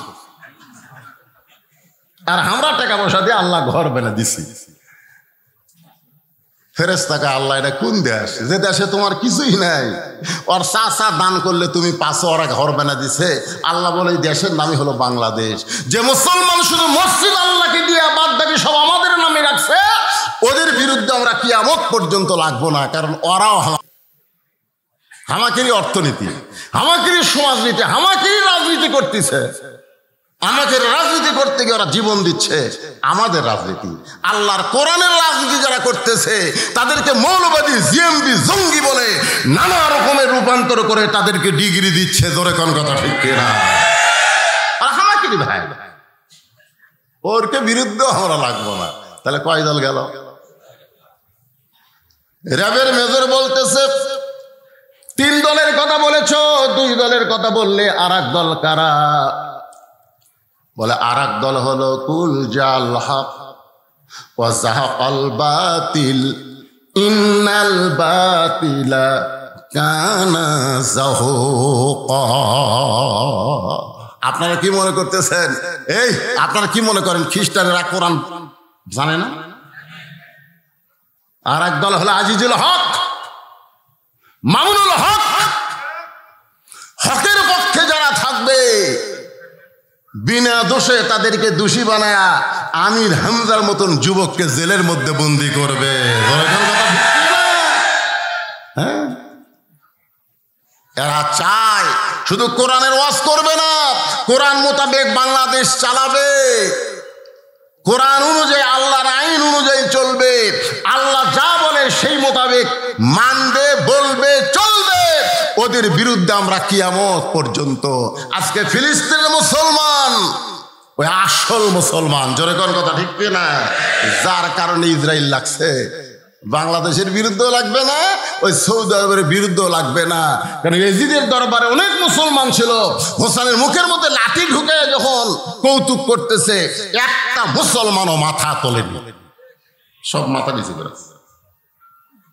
এজিদ বলতে হোসাইন শেষ, এখন থেকে এজিদের রাজত্ব চলবে। হোসাইন ইসলাম শেষ হয়ে গেল, এমন কথা বারবার যখন বলতেছে, ঠিক ওই সময় 80 বছরের একজন সাহাবী আনাস ইবনে মালিক রাদিয়াল্লাহু তাআলা আনহু, সুবহানাল্লাহ বলেন, লাঠির ভর দিয়ে খাড়া হচ্ছে। আর এখন লাঠি ধরাই লাগে না, মসজিদে এসে সিয়ারত বসে। জোরে কোন ঠিক কিনা? আমি তেজত আসার আগে একজন বলতে, হুজুর আমাদের মসজিদের সিয়ারগুলো সব রাগ করে ভোট তুলে ধরছে, এখন সিয়ারত বসে যারা নামাজ পড়ে এরা খুবই মন খারাপ। তো বলেন তো এর সমাধান কি? আমি বেশি কিছু বললাম না, কোরআনের আয়াত আপনারা পড়েন, লা ইউকাল্লিফুল্লাহু নাফসান ইল্লা উসাহা। আল্লাহ বলেছেন তোমার কষ্ট হবে, এমন কিছু আমি আল্লাহ তোমাকে চাপায়া দেইনি। তুমি যদি হাত ভাঙ্গা, পাও ভাঙ্গা, মাথা ভাঙ্গা হও, তুমি খাড়া হওয়ার পারতেছে না, তুমি সিয়ারত বসে নামাজ পড়ো, সমস্যা কি? সমস্যা কি? কিন্তু সেই নামাজটা তোমাকে বাড়ির পড়া লাগবে, মসজিদের জামাতের সঙ্গে হবে না। জোরে কোন কথা ঠিক কি না? কারণ রাসূলের জীবনী পড়ে দেখেন, যতক্ষণ পর্যন্ত কাতার সোজা না হয়েছে রাসূল ততক্ষণ কেবলামুখী হয়নি। রাসূল কোন দিকে হয়নি? কেবলামুখী হয়নি। ওই মুসল্লির দিকে তাকায় আছে, এই ওখানে ফাঁকা আছে, ওখানে লাইন ফাঁকা আছে, পায়ের গোড়ালির সঙ্গে গোড়ালি মিল করো। কারণ জামাতে নামাজ পড়া যেমন ওয়াজিব, কাতার সোজা করা তেমন ওয়াজিব। সাহাবীরা জিজ্ঞেস করলেন কাতার সোজা কেমনে হবে? বলে গোড়ালির সঙ্গে গোড়ালি মিল করা লাগবে। তো গোড়ালির সঙ্গে যদি গোড়ালি মিল করে, সিয়ারত যে বসে আছে তার পা গোড়ালি কুটে গেছে। আপনি তো পড়ছেন না, এখন না হয় অসুস্থ হয়েছেন, সিয়ারত পড়তেছেন, আপনার মসজিদে পড়া লাগবে কেন? সারা জীবন চাকরি করা লাগে? এই সারা জীবন চাকরি করা লাগে? 60 বছর পর্যন্ত চাকরি করেন, তারপরে সরকার দেখবে ওর কানের পাওয়ার কমে গেছে, চোখের পাওয়ার কমে গেছে, মাথার বল নাই, বসে থেকে পেনশন খা। ধরে কোন কথা ঠিক না? তো সরকার যদি পেনশন দেবার পরে আল্লাহ পারে না? যৌন বয়সে শয়তানি মেরে বুড়া বয়সে সিয়ার লিয়াচ্ছে। আমার এলাকার সেক্রেটারি সিয়ার বসে নামাজ পড়ে, সভাপতি ভাই ক্যারি মসজিদ সেক্রেটারি হেদিল বসে, ওর কাছে আমি খাড়াই থাকবো কেন? লাতির কথা তুই একটা চেয়ার লে, সেক্রেটারির ডান সাইডে তবু তুইও বসবি, আমিও বসবো। পরে জুম্মার জায়গা থেকে সভাপতি চেয়ার বলছে, সেক্রেটারি বলছে, সভাপতি বলছে। ইমাম সাহেব তাকায় কয়, কি কর্ম, জবান খুলে চাকরি হেরামো? আমাদের বাংলাদেশ আজ থেকে 20 বছর আগে মসজিদে কোনো চেয়ারই ছিল না। ধরে কোন কথা ঠিক কি না? এগুলো সব দেখা দেখি করে সারাদিন তুই হাঁটতে পারিস, তুই গোটা ফুটিয়া 10 কেজি ব্যাগ নিয়ে বাজার করতে পারিস, আর মসজিদে এসে তো চেয়ার কুটি। আল্লাহ কোরআনে বলেছেন, কুমু লিল্লাহি কানিতিন, দাঁড়াও আনুগত্য নিয়ে আল্লাহর জন্য। 80 বছর একজন সাহাবী লাঠিতে ভর দিয়ে দাঁড়িয়ে বলতেছেন, ইয়াজিদ, মুখে যা আসে তা বলতে পারো না, মুখে যা আসে তা বলতে পারো না। হোসাইন শেষ হয় নাই, বরং তুমি শেষ হওয়ার পথে। হোসাইন শেষ হয় নাই, বরং তুমি শেষ হওয়ার পথে। তুমি হোসাইনকে চিনো না, যার কারণে মুখের মধ্যে লাঠি ঢুকাইয়া তিরস্কার করতেছ। তুমি আলেমদের চিনো না, যার কারণে আলেমদের হাতে তুমি হ্যান্ডকাপ লাগাইছো। জোরে কোন কথা ঠিক কিনা? আল উলামা ওয়ারাসাতুল আম্বিয়া, আলেমরা হলো নবীদের ওয়ারিস, যাদের হাতের সঙ্গে হাত লাগানোর জন্য হাজার হাজার মানুষ দাঁড়ায় থাকে। সেদিন পাপ নামাজ করলাম, টেস্ট থেকে নামার পরে আমাকে ব্যারিকেড দিয়ে ঘরের মধ্যে নিয়ে গেল। আমি বললাম, ব্যারিকেড কেন ভাই? বলে 3 বছর ওর পাপ নাইছেন, হাজার হাজার মানুষ আপনার হাতের সাথে হাত লাগাবে। যে আলেমের হাতের সঙ্গে হাত লাগানোর জন্য বাংলার মুসলমান পাগল, সে আলেমের হাতে এখন হ্যান্ডকাপ লাগায় দিছ। এইটা ওরা চিনে না, যার কারণে লাগায়। জোরে বলেন কথা ঠিক কিনা? তুমি চিনো না, তুমি চিনো না। যার মুখে লাঠি ঢুকাইছো এইটারে তুমি চিনো না রে। ওমর ফারুক বললেন, হুজুর, আসরের প্রথম রাকাতে সেজদায় 3 বার সুবহান রাব্বিল আলা, কিন্তু দ্বিতীয় সেজদায় 100 বার সুবহান রাব্বিল আলা বলি, তাও সেজদা তোলেন না কেন? কে বলতেছে? ওমর ফারুক আল্লাহ রাসূলকে। রাসূল বলতেছে, ওমর, প্রথম সেজদা দেওয়ার পরে আমি ঠিকঠাক মতো সেজদা তুলেছি, দ্বিতীয় সেজদা দেওয়ার সাথে সাথে হোসাইন এসে আমার পিঠের উপর করছে। এখন হোসাইনও নামে না, আমিও মাথা তুলবার পারি না। ওমর বলতেছি, ইয়া রাসূলুল্লাহ, আল্লাহর সেজদা, আপনার নাতি হোসাইন বসলো, আপনি ওকে নামাইয়া দিয়ে সেজদা তুলবেন।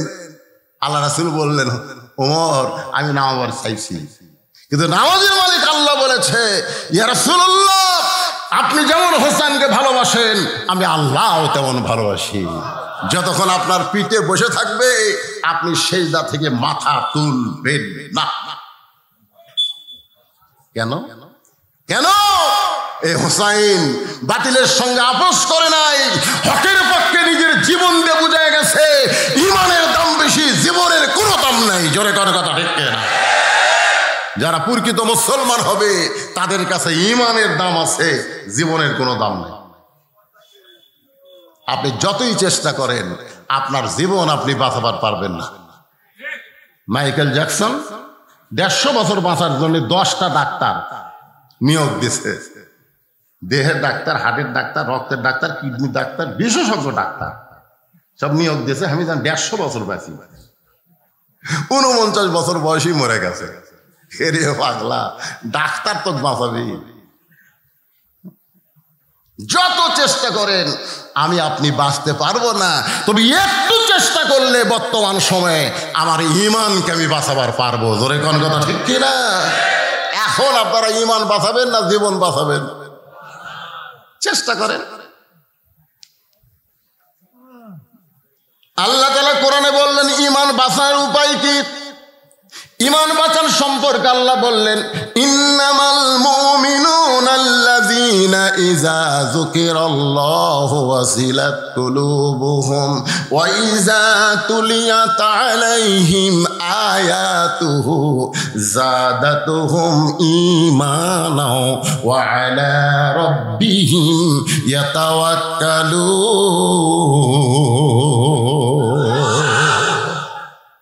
না আপনাকে দিল সমস্যা হয়, ওদের 2 লোক উঠছে, তা আমি উঠি, অসুস্থ তো। আপনি কি খবর চাচ্ছেন? আমার জামায় 2.5 ঘন্টা ওয়াজ করছে, তার 1.5 ঘন্টা, আমার 1 ঘন্টা। আমার কাছে বাবা খালি 1 ঘন্টা দেয় ওয়াজ করবে। তা আপনারা যদি ওঠেন, তা আমি এই অসুস্থ মানুষ, বুড়া মানুষ, কি জন্য বসে থাকবো? রাই সর্দি মিলাই উঠি নাকি কন? দেখে এবার কে ওঠে? কি কথাগুলো দরকার আছে না নাই? জোরে কান আছে না? হ্যাঁ, তো দরকারি কথা শুনবেন না কি শুনবে? আনাস ইবনে মালিক বলে, ইয়াজিদ,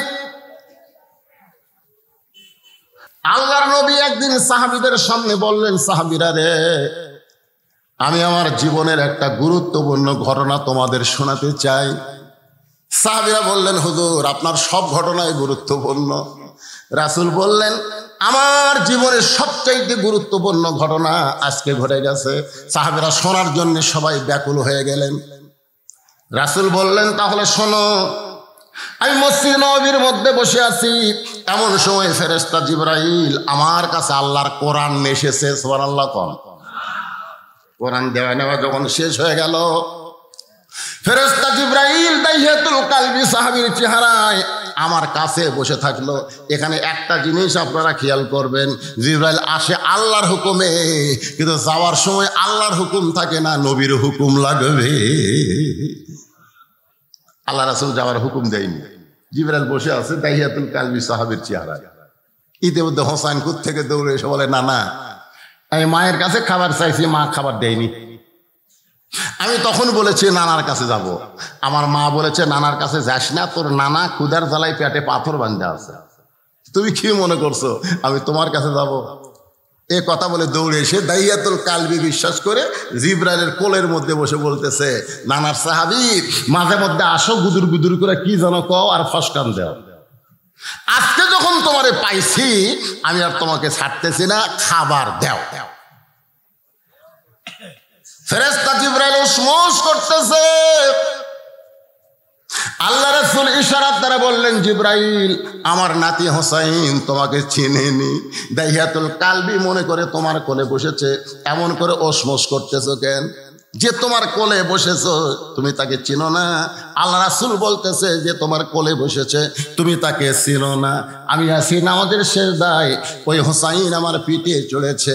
যতক্ষণ পর্যন্ত হোসাইন না নামবে, আমাকে হোসাইনকে পিঠ থেকে নামাতে আল্লাহ নিষেধ করেছে। আমি নবীরে ঘোড়া বানাইছে, যে তোমার কোলত চড়ে বসে আছে, আমার ঘোড়া বানাতে, আর তুমি এই করতেছে। তার মানে জিবরাইল খামোশ। কিন্তু হোসেন বারবার বায়না ধরলো, খাবার না দিলে ছাড়বো না। দাহিয়াতুল কালবির চেহারায় চোখ দিয়ে দর দর করে পানি পড়তেছে। আল্লাহ ডাক দে বলে, জিবরাইল, ফান্দে পড়া বগ হয়ে তুই কান্দিস না। যে তোর কোলে বসেছে সে তোরে চিনে না। যদি তোরে চিনতো তাহলে তোর কোলে কোনোদিন সে বসতো না। রে জিবরাইল, যে তোমার কোলে বসেছে আমি আল্লাহ তাকে এত ভালোবাসি, জান্নাতের বাগান থেকে আঙ্গুর তোমার জামার ডান পকেট ভরায়া দিলাম। ইয়াজিদ, মুখের মধ্যে লাঠি ঢুকাই আর কি মারিস? ইন্নামা ইয়াখশাল্লাহ মিন ইবাদিহিল উলামা। বান্দা সময়ের মধ্যে আলেমরা আল্লাহকে বেশি ভয় করে। তারা নারী নির্যাতন করে, বউলে ধরা পড়লে সাংবাদিক কয় তোর কাবিন আছে, আর শাকিব খান বিয়া ছাড়াই বাচ্চা জন্ম দিচ্ছে। জোরে কোন কথা ঠিক কিনা? চিনিস না, না চিনার কারণে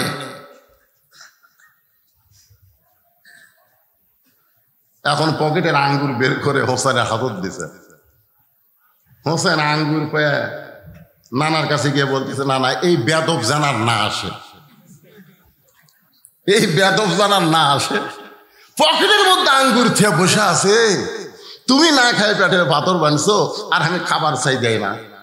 নবী চুম করছে দুই কারণে। এক নম্বর কারণ হলো জিবরাইল আঙ্গুর পেল কোথায়, আর দুই নম্বর কারণ হলো হোসাইন তাকে বেদব করছে। জোরে কোন কি করছে? আসলে কি জিবরাইল বেদব না আদব? আল্লাহ নবী ইশারা করলেন, জিবরাইল তুমি আঙ্গুর কোথায় পাইলা? জিবরাইল ইশারা করে বলে, ইয়া রাসূলুল্লাহ, আল্লাহ আপনার নাতিকে এতই ভালোবাসে, জান্নাতের বাগান থেকে আঙ্গুর আমার পকেটে আল্লাহ পাঠাইয়া দিছে। দুনিয়া থেকে জান্নাতের বাগানের আঙ্গুর খাওয়া, এটা হলো ভাগ্যের ব্যাপার। হোসেন বলে, না না, তুমি কি মনে করেছো আমি একলা খাবো? আমি আমার জীবনের চাইতেও তোমাকে বেশি ভালোবাসি। হযরত আব্দুল্লাহ ইবনে মাসউদ যখন বললেন, হোসাইন যাইও না, ইয়াজিদের সৈন্যরা তোমাকে হত্যা করবে, তুমি যাইও না। হোসেন বললেন, আমি আমার নানার ইসলামকে জীবনের চাইতে বেশি ভালোবাসি। খেলাফতকে কবর দিয়া ইয়াজিদ রাজতন্ত্র করবে, দরকার হলে জীবন দিব, কিন্তু বাতিলের সঙ্গে আপোষ করব না। আব্দুল্লাহ ইবনে ওমর বলে, হোসাইন তোমার সৈন্য নাই, তুমি পরিবারকে নিয়ে যাচ্ছ, ওরা হাজার হাজার সৈন্য দিয়ে তোমাকে হত্যা করতে পারে। হোসাইন বললেন, এই জীবন যাবেই যখন, জীবন ধরে রেখে লাভটা কি? আজকে যারা বাংলার মুসলমান অসুস্থ মানুষের সামনে বসে কথা শুনতেছেন, একটু মনোযোগ দিয়ে শোনেন। লিয়াবলুয়াকুম আইয়ুকুম আহসানু আমালা। আমি সূরা ফিল থেকে আপনাদের সামনে বলতে চাই, যে কাবা ঘর আল্লাহ রক্ষা করেছে, বাইতুল মুকাদ্দাসও আল্লাহ রক্ষা করবে। ফিলিস্তিনের মুসলমানের রক্তে যাবে, ওই রক্তের উপরে দিয়ে আল্লাহ তাআলা ইমাম মেহেদী আলাইহিস সালামকে পাঠিয়ে দিবে। ইমাম মেহেদী আসার পরে আবার কিছুদিন পর ঈসা আলাইহিস সালাম আসবে। এই পৃথিবী আবার আল্লাহ তাআলা একদিন মুসলমানের পায়ের তলে দিয়ে দিবে। তবে রক্ত দেওয়া লাগবে, ধরে কোন কথা ঠিক কিনা? আল্লাহর বান্দারা, অল্প সময়ের মধ্যে আমার গল্প শেষ করতেছে, একটু শোনেন। না ক্ষুধার জ্বালায় পেটে পাথর বাঁধে বসে আছো, ধরো না তুমি কয়েকটা আঙ্গুর নেও। নবী আমার 2খানা হাত বাড়ায় দিছে, সুবহানাল্লাহ কোন। কয়েকটা আঙ্গুর দিবে, এক হাতে নেওয়া যায় কি যায় না? এ কথা কোন যায় কি যায় না? 2খানা হাত বাড়ায় দেওয়ার কারণ কি? 2খানা হাত বাড়ায় দেওয়ার কারণ কি? আমরা কয় হাতে মোনাজাত করি? কয় হাতে মুসাফা করি? কয় হাতে? কিছু কিছু লোক আপনাকে এলাকার থেকে এক হাতে মারে, এক হাতে। আমি একদিন কইলাম, কে রে ভাই এক হাতে মারিস কে রে? 2 হাতে। না হুজুর, এটা পেশাব পায়খানার হাত, ওটা আমরা ঠেকাই না। আপনার ডান আমার ডান, এই বাম হাত লয়, এক হাতে মারে। এর নাম হচ্ছে হ্যান্ডশেক, মুসাফা না। মুসাফা হচ্ছে 2 হাতে। ইয়াগফিরুল্লাহু লানা ওয়া লাকুম। আপনারা বলেন তো, মোনাজাত যখন করেন তখন কয় হাত তোলেন? তখন যদি বলেন এটা পেশাব পায়খানার হাত, ওটা বাদ থাকে, এক হাতে তুলবে হবে। কয়েকটা আঙ্গুর নবী এক হাতে নিবার পারতেন। আল্লাহ তাআলা কুদরতে হাত দিয়া জান্নাতের আঙ্গুর জিবরাইলের পকেটে দিছে, সেই আঙ্গুর নেওয়ার জন্য নবী 2 হাত বাড়ায় দিলেন। নবীর হাতের মধ্যে কয়েকটা আঙ্গুর দিয়ে হোসেন বলতেছে, না তুমি আর আমি খাবো, আর তোমার সাহাবী চায় চায় দেখবে, এটা হবে না। এইবারে কয়েকটা আঙ্গুর জিবরাইলের হাতে দিয়ে বলতেছে, তুমি আমার মুরব্বী, না আমার মুরব্বী, তোমরা 2 জন না খাইলে আমি খাবো না। এখন নবী খাইতে জানে, জিবরাইল তো খায় না, ফেরেশতারা খায় না, খাওয়ার তরিকাও জানে না। কিন্তু হোসাইন ধরেছে বায়না, তোমরা 2 জন না খাইলে আমি কিন্তু খাবো না। অনেক সময় হয়ে গেল, নবী আঙ্গুর মুখে দিবার চায়, কিন্তু জিবরাইল খালি দেখতেছে, ও খাওয়ার তরিকাই জানে না, খাওয়ার যে একটা নিয়ম সেটাই জানে না। এক সময় হোসেন বলে, না তোমার সাহাবী 1 লাখ আঙ্গুর খাবার চায়, আমি আর তুমি নিচে বলে রাগ করে খাচ্ছে না, দাও না তোমার আঙ্গুর দাও, আমার আঙ্গুর তোমার সাহাবীকে ফেরত দেব। আল্লাহ ডাক দেয়, বলে জিবরাইল, ওই হোসাইনকে আমি এত ভালোবাসি, যেই ভালোবাসার কারণে তুমি ফেরেশতা জিবরাইলকে হাতের আঙ্গুর খাওয়ার শক্তি দিয়া দিলা।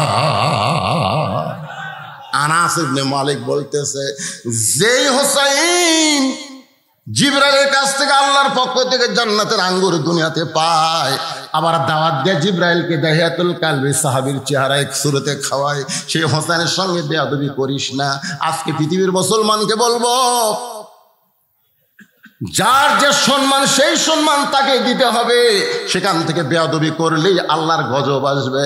আজকে কোরআনের সম্মান নাই, আগডম বাগডম ঘোড়াডম যাদের সম্মান হয়েছে, জোরে কোন ঠিক কিনা ভাই? আমি মাদ্রাসার হাফেজ সাহেবকে বললাম, আপনার হাদিয়া কত?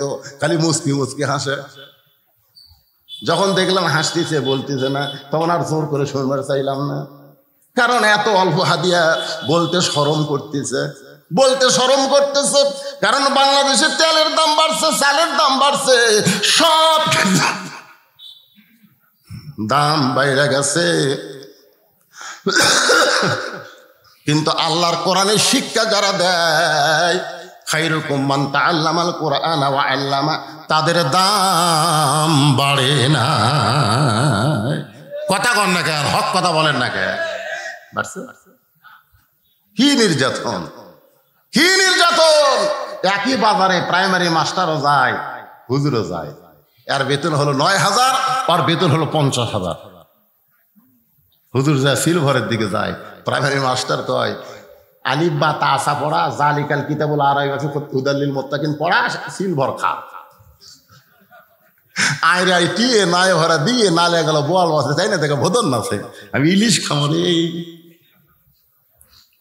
কি নির্যাতন মুসলমানের দেশে! খালি ফিলিস্তিনে মুসলমানকে নির্যাতন করা হচ্ছে না, আজকে বাংলাদেশে যারা কোরআনের দল, কোরআনের পক্ষে কোরআনের শিক্ষা দেয়, তাদের উপরে নানা ধরনের নির্যাতন চলতেছে। জোরে কোন কথা ঠিক কিনা? ভাইজান, আপনাদের মতন কিছু আল্লাহওয়ালা, কিছু ভালো মানুষ আছে বলে আজও মাদ্রাসাগুলো চলতেছে। যেদিন আপনারা বুড়া লোক দেখাবেন, সেদিন থেকে এই মাদ্রাসাগুলো বন্ধ হবে। বন্ধ হবে না, চলবেই আপনাদের মতো ভালো মানুষের দ্বারা। আল্লাহ কবুল করুক, জোরে কোন আমিন। আমি আশ্চর্য হয়ে গেলাম এখানকার কথা শুনে। সর্বসাকুলের 150 জন বাচ্চা এখানে পড়ে, তাই না? 150 জন না, 150 জন পড়ে। এই হাজার হাজার মানুষের মধ্যে আমি 150টা কোরআন শরীফ চাই। এই বাচ্চাদের হাতে একটা করে কোরআন শরীফ দেওয়া লাগবে। যারা কোরআনকে ভালোবাসেন আপনি উঠবেন না, দিবার না পারলেও বসে থাকবেন। এই হাজার মানুষের মধ্যে 150টা কোরআন শরীফ কোনো ব্যাপার না। দেখেন কে দেয়। এমনও লোক আছে 10টা দিবে, একটা কোরআন শরীফ বাবদ মাত্র 500 টাকা। আপনি 500 টাকা দিবেন, এতিম বাচ্চার হাতে নবীর মাদ্রাসা একটা কোরআন দিয়া নবীর হাতে কোরআন দেওয়ার সওয়াব আল্লাহ আপনাকে দান করবে। বাপ মা যাদের কবরের কাছে, বাপ মার রুহের মাগফিরাতে এই মাদ্রাসায় কোরআন শরীফ বাবদ 500 টাকা কে দিবেন? কোন আল্লাহর পাগল? একবারে কত হাত উঠছে দেখছেন? এটা কিন্তু নগদ দেওয়া লাগবে। বাদান পকেটে আছে তো?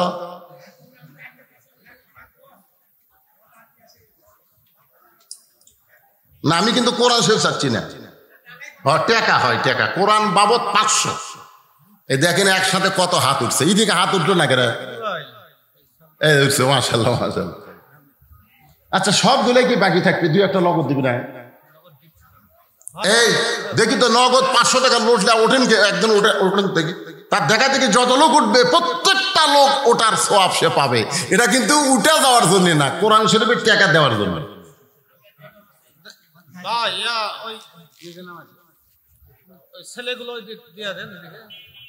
এই ছেলে কেন কষ্ট করে আনি কি হবে? ছেলের কাছে গেলে 10 টাকা দিবি, কয় টাকা পাচ্ছেন? ব্যাগের মধ্যে কয় টাকা পাচ্ছেন? এরাই আসবে ইনশাল্লাহ, মাশাআল্লাহ। সর্বোত্তম আল্লাহর একজন পাগল কোরআন শরীফ বাবদ 500 টাকা এই মাদ্রাসায় দান করেছে। আল্লাহ একটা কোরআন দানের সওয়াব তার বাপ মার কবরে দান করে দাও। জোরে কোন আমিন। বাপ মা যদি জীবিত থাকে আল্লাহ হায়াত দারাজ করো। দাদা দাদির কবরে আল্লাহ একটা, মাশাআল্লাহ মাশাআল্লাহ। একজনে দিয়েছে না 4 জন? এই 4 জনে দিয়েছে না একজনে দিয়েছে? 4 জনে মিলে 4টা কোরআন বাবদ 2000 টাকা আল্লাহ কবুল করেন। মাশাআল্লাহ। ইয়ং মানুষ, যুবক মানুষ আল্লাহর মহব্বতে, কোরআনের মহব্বতে একটা কোরআন বাবদ 500। আর একজন কোরআন শরীফ বাবজান, ভালো আছেন? আলহামদুলিল্লাহ। এটা আপনার ছেলে? মাশাআল্লাহ। জি জি জি জি জি। ও মাশাআল্লাহ মাশাআল্লাহ। দেখেন যুবকেরা দিচ্ছে। এই বস থাকেন কেন? পকেটে 500 টাকা নাই? যদি না থাকে এখানে আসে বাকি লিখে দিয়ে দেন তো, 1 সপ্তাহের মধ্যে দিবেন, লিখে দিয়ে দেন। লিল্লাহি তাকবীর। একসঙ্গে 5 জন 5টা কোরআন শরীফ বাবদ 2500 টাকা করছে দান। আল্লাহ দানকে কবুল করেন। আর একটা কোরআন বাবদ 500 টাকা আল্লাহ কবুল করেন। ভাইজান যারা উঠে যাচ্ছেন তারা কি মাদ্রাসার শত্রু? তো উঠে যাবেন কেন? উঠে টেজের দিকে আসেন। আপনি এতক্ষণ ওয়াজ শুনলেন, 10টা মিনিট একটু ধৈর্য ধরবেন না? আল্লাহ তোমার কোরআন শরীফ বাবদ 500 টাকা, আরেকজন 2জন কোরআন শরীফ বাবদ 1000 টাকা দান করছে, আল্লাহ দানকে কবুল করেন, আল্লাহুম্মা আমিন। আল্লাহ আরেকজন কোরআন বাবদ 500 টাকা দান করেছে, আরেকজন কোরআন শরীফ বাবদ 500 টাকা দান করেছে, আল্লাহ কবুল করেন। আল্লাহ আমার মা বোনেরা যারা পর্দার অন্তরালে বসে শুনতেছে, মায়েরা কিন্তু বাপ মার জন্য দান করতে চায়, ছোট ছোট বাচ্চাদের মায়েদের কাছে পাঠায় দেন। কোরআন শরীফ বাবদ আমার মায়েরা দান করবেন। আরেকজন কোরআন শরীফ বাবদ 500 টাকা দান করেছে, আল্লাহ দানকে কবুল করেন। আল্লাহ নেক নিয়ত নিয়ে আসা পড়া, আল্লাহুম্মা আমিন। আল্লাহ তোমার আরেকজন কোরআন শরীফ বাবদ একেবারে যা ছিল সব দিছে, পকেটের খুচরা মুচা সব দিয়ে 500 টাকা করছে দান। আল্লাহ দানকে কবুল করেন, আল্লাহুম্মা আমিন। কবুল করো মোদের কামনা। নবীর এতিম মাদ্রাসায় যারা কোরআন দিচ্ছে আল্লাহ তাদেরকে জান্নাত দিবেন, জাহান্নাম দিবেন না। বসেন, সকলে বসেন বাবা, সবাই বসেন, আল্লাহর রাস্তায় বসেন, মাহফিলের সৌন্দর্য নষ্ট করবেন না। আর কেউ আছেন কোরআন শরীফ বাবদ 500 টাকা নগদ না দিবার পারলে অনেকে হাত তুলছিলেন, বাকি লেখায় দেন, পরে আপনি দিবেন, সময় মতো দিবেন। মাদ্রাসায় সব আদায় তো আমরা জমায় করছে, করেনি? মাশাআল্লাহ। সেক্রেটারি, ক্যাশিয়ার যারা আছে সবাই দান করছে। ছোট্ট একটা বাচ্চা 200 টাকা দান করছে, আল্লাহ দানকে কবুল করেন। এই ছেলেরাই একসঙ্গে কয়টা উঠছে রে? এখন দোয়া হবে বাবা, সকলে ইস্তেগফার পড়ে, আস্তাগফিরুল্লাহাল্লাযী লা ইলাহা ইল্লা হুয়াল হাইয়ুল কাইয়্যুম ওয়া তুবু ইলাইহি। আরেকজন কোরআন শরীফ বাবদ 500 টাকা দান করেছে, আল্লাহ দানকে কবুল করেন। সকলে বলে আল্লাহুম্মা আমিন। আর কেউ আছেন? বসেন। ও হাত তুলছে, কি কয়? হ্যাঁ, ওনার নাম লেখা লাগবে। আল্লাহ তোমার একজন পাগল কোরআন শরীফ বাবদ 500 টাকা দান করেছে, আল্লাহ দানকে কবুল করেন। আল্লাহ নেক নিয়ত নিগাসা পুরা করেন। আর একজন 100 টাকা দান করছে, আল্লাহ কবুল করেন। দিয়ে আল্লাহ বোঝে মন কাইরা নিতে কতক্ষণ। আজকে টাকা পকেটে থাকার পরেও দান করার সুযোগ যারা পাইলেন না, কবে দান করবেন সে হায়াতের গ্যারান্টিও তো আমাকে নাই। এই যাদের পকেটে টাকা আছে, ব্যাগ না ভিতরে গেছে, আল্লাহর হস্তে ওই বাচ্চাদেরকে আপনার ফাঁকি দিবেন না। যারা কোরআন চর্চা করে তারা যখন রাস্তা দিয়া যায়, ফেরেশতারা নূরের পাখা তাদের পায়ের তলে বিছায়া দেয়। এই তালবে ইলম আপনাদের কাছে ব্যাগ নিয়ে গেছে, জিনিদা পারবেন আল্লাহর হস্তে দান করবেন। দানকারী গো পিতা মাতা সুখেরাই গো কবরে, নূরের টুপি পরা ইয়া উঠাবেন রোজ হাসরে। সবাই হাত তুলে আল্লাহুম্মা আমিন। আল্লাহুম্মা আনতাস সালাম ওয়া মিনকাস সালাম তাবারাকতা ইয়া যাল জালালি ওয়াল ইকরাম। আল্লাহ কঠিন অসুস্থতা নিয়ে মন চাইছে আল্লাহ তোমার প্রতি তাওয়াক্কুল করে, ভরসা করে। এক সময় আমার মনে হচ্ছিল ধোবাপাড়ার হাসান ভাই যখন বারবার বলতেছে আপনার চেহারা কেন এরকম দেখতেছি, আমার মনটা তো দুর্বল হয়ে গেল। মনে করছিলাম টেজ পর্যন্ত হয়তো যাইতে পারবো না। আল্লাহ টেজে আসলাম তোমার কোরআন থেকে কিছু সময় আলোচনা করলাম। আল্লাহ মেহেরবানি করে এই মাদ্রাসাকে কিয়ামত পর্যন্ত কবুল করে নাও। রহিমা খাতুন মা যার নামে এই মাদ্রাসা, আল্লাহ তাকে কবুল করে নাও। যারা টাকা পয়সা জায়গা দিয়া মাদ্রাসা গড়ায় দিচ্ছে, আল্লাহ তাদের সকলকে জান্নাতের মালিক বানায় দাও। আজকেও নগদে বাকিতে যারা দান করেছে, আল্লাহ সকলের দানগুলোকে জান্নাতের বিনিময়ে কবুল করো। আল্লাহ ফিলিস্তিনের মুসলমানকে আল্লাহ তুমি হেফাজত করো। আল্লাহ যারা জীবন দিয়া তোমার ঘরকে রক্ষা করতে চায়, তাদের জীবনকে তুমি নাও শহীদ হিসেবে, আল্লাহ তুমি তাদের কবুল করো। আল্লাহ আমার বাংলাদেশের প্রতি তুমি খাস রহমত নাজিল করো। আমরা যারা হাত তুলেছি আল্লাহ, আমাদের জনম দুঃখনী মা যাদের কবরের ঘরে চলে গেছে, আল্লাহ মায়ের কবরকে জান্নাতের টুকরা বানায় দাও।